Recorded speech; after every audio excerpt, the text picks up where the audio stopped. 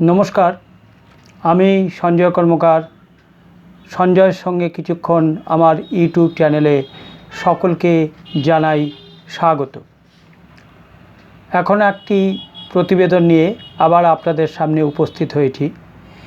এখনকার প্রতিবেদন, রাজ্যে নামলো মার্কসম্যান গাড়ি, বুলেট প্রুফ গাড়ি, মার্কসম্যান গাড়ি পশ্চিমবঙ্গে এলো এবং তা ডায়মন্ড হারবারে টহল দিতে শুরু করেছে। এর সঙ্গে আরেকটি প্রতিবেদন যুক্ত হবে বা থাকবে, সেটি হচ্ছে নির্বাচন কমিশনের নিয়ন্ত্রিত পুলিশ গ্রেপ্তার করল নির্মল দত্তকে। প্রথমে প্রতিবেদনটা আলোকপাত করি। নির্বাচন কমিশন এবারে পশ্চিমবঙ্গের নির্বাচনের জন্য বুলেট বিরোধী মার্কসম্যান গাড়ি এনেছে, যা সন্ত্রাস বিরোধী অভিযানে কাশ্মীরে ব্যবহার করা হয়। ডায়মন্ড হারবারে নামানো হয়েছে এই মার্কসম্যান গাড়ি। নির্বাচনের জন্য এই পদক্ষেপ অবশ্যই নির্বাচনের সময় পশ্চিমবঙ্গে নিরাপত্তা আরও জোরদার হবে, এ নিয়ে কোনো সন্দেহ নেই। কারণ কাশ্মীরের ধাঁচে এ রাজ্যে এখন ইট পাথর ঢিল ছোড়া স্বাভাবিক ঘটনা হয়ে দাঁড়িয়েছে। যে কোনো ঘটনাতেই বিক্ষোভকারীরা পুলিশের উদ্দেশ্যে বা বিরোধী পক্ষের উদ্দেশ্যে ইট পাথর ছোড়ে, ভীষণভাবে ইট পাথর বৃষ্টি হতে থাকে, যার ফলে এই যুযুধান দুই পক্ষের বা বিক্ষোভকারীদের ছোড়া ইট পাথর বৃষ্টিতে অনেক মানুষই জখম হয়, আহত হন। কোনো সময় পুলিশ, কোনো সময় সাংবাদিক, অথবা কোনো সময় সাধারণ মানুষ। কেউই এই বিপদের হাত থেকে রেহাই পান না এবং এটা নিয়ন্ত্রণ করাও সহজ হয় না, কারণ পুলিশকে অনেক দূর থেকেই এটা নিয়ন্ত্রণ করার বাধ্যবাধকতা থাকে। বিক্ষোভকারীরা ভয়ঙ্করভাবে ইট পাথর ছোড়ে, পুলিশ তার ব্যবহৃত ঢাল নিয়ে কিছুটা আত্মরক্ষা করে তারপর বিক্ষোভকারীদের হটানোর চেষ্টা করে, কিন্তু সেটা সহজে নিয়ন্ত্রিত হয় না বা বিক্ষোভকারীদের হটানো সহজ কাজ হয়ে ওঠে না।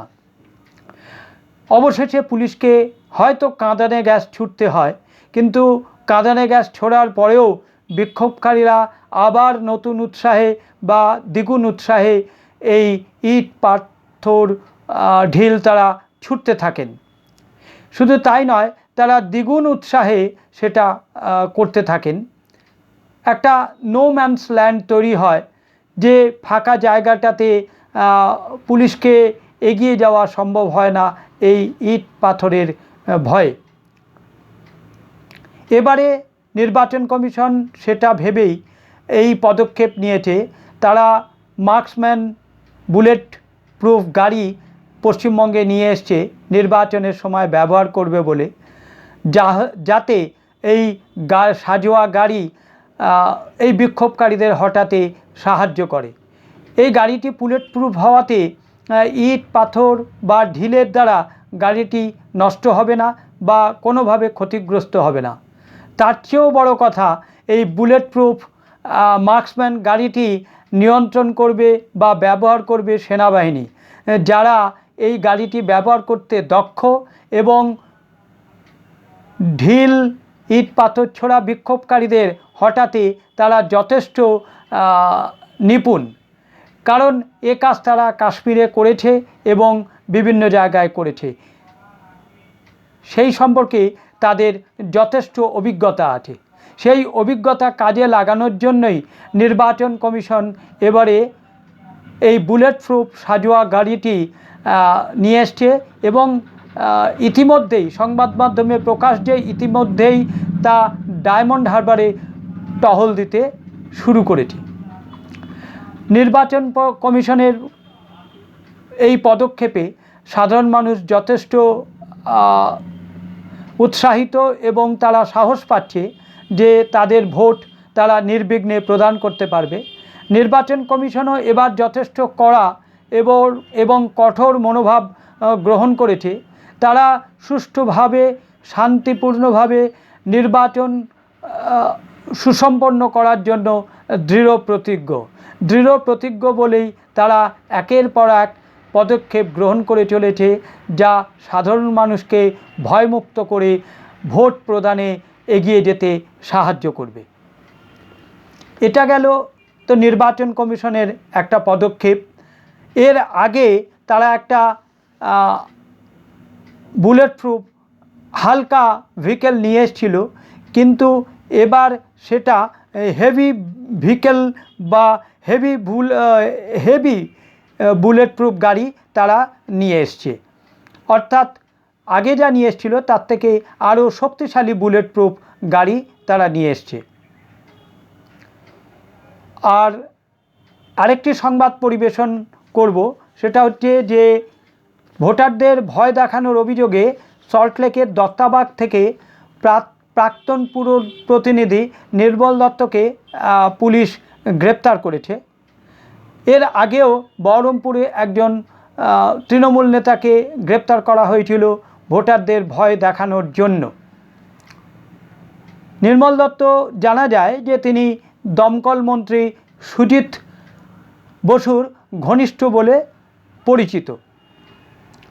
পুলিশ স্বতঃপ্রণোদিত হয়ে মামলা করেছে একটি ভাইরাল ভিডিওর সুবাদে। একটা ভিডিওতে দেখা যায় যে নির্মল দত্ত ভোটারদের হুমকি দিচ্ছেন যে আধার এবং ভোটার কার্ড লিঙ্ক আছে এবারের নির্বাচনে, ফলে তিনি জানতে পারবেন যে কে কোথায় ভোট দিচ্ছে এবং তৃণমূল ব্যতীত অন্য কোনো দলে ভোট দিলে তারা যথেষ্ট ব্যবস্থা গ্রহণ করবেন তাদের বিরুদ্ধে, এই বলে তিনি হুমকি দিচ্ছিলেন। কিন্তু ভীষণভাবে প্রশ্ন জাগে যে তিনি তো একজন প্রাক্তন কাউন্সিলর, পুর প্রতিনিধি, অর্থাৎ প্রশাসনের সঙ্গে জড়িত একজন কর্তা ব্যক্তি। তিনি কিভাবে এহেন বক্তব্য পেশ করতে পারেন উন্মুক্ত মঞ্চে দাঁড়িয়ে সর্বসমক্ষে, এবং কিভাবে ভোটারদের ভয় দেখাতে পারেন? কারণ তিনি তো একজন প্রাক্তন কাউন্সিলর, অর্থাৎ প্রশাসনিক পদে তিনি অধিষ্ঠান করেছিলেন। তিনি তো কোনো সাধারণ ব্যক্তি নন। এই প্রশ্ন তো জাগেই।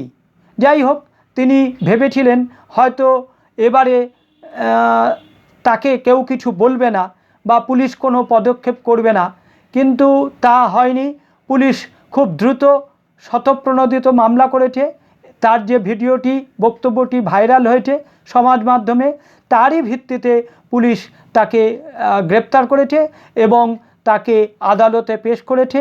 আদালতে বিচারক তাকে 10 দিনের জেল হেফাজত দিয়েছেন এবং 24শে এপ্রিল পর্যন্ত তিনি জেল হেফাজতে থাকবেন।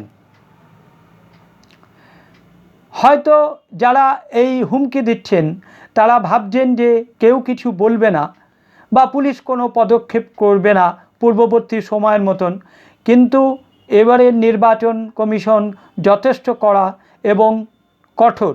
তারা ভোটারদের সম্পর্কে কোনো ভীতিমূলক আচরণ সৃষ্টি করলে তারা পদক্ষেপ গ্রহণ করতে কালক্ষেপ করবে না। এবং এই নির্মল দত্তকে গ্রেপ্তারের মাধ্যমেই বোঝা যায় যে নির্বাচন কমিশন যথেষ্ট যথেষ্ট উদ্গ্রীব যে কোনোভাবে কোনো ঘটনা এরকম যাতে না ঘটে। যাই হোক, নির্বাচন কমিশনের পদক্ষেপ কী হবে সেটা ভবিষ্যতে জানা যাবে। তাদের এই গ্রহণযোগ্য বা গ্রহণীয় পদক্ষেপগুলো সদর্থক ভূমিকা পালন করবে কি না তা ভোটের দিন জানা যাবে। ভোট নির্বিঘ্নে হলো কি না তা জানা যাবে। নির্বাচন কমিশনের এই পদক্ষেপ যদি সদর্থক হয়, সার্থক হয়, তাহলে সাধারণ মানুষের পক্ষে যথেষ্ট মঙ্গল।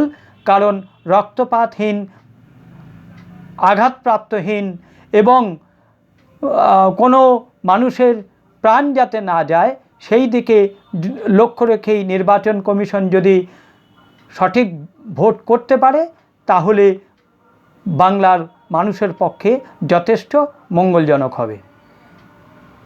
এখনকার প্রতিবেদন এই পর্যন্তই।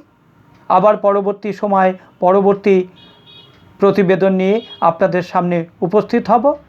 যাওয়ার আগে বলি যে আমার চ্যানেলটিকে লাইক করবেন, সাবস্ক্রাইব করবেন এবং আপনাদের গুরুত্বপূর্ণ মতামত কমেন্টস বক্সে প্রদান করবেন।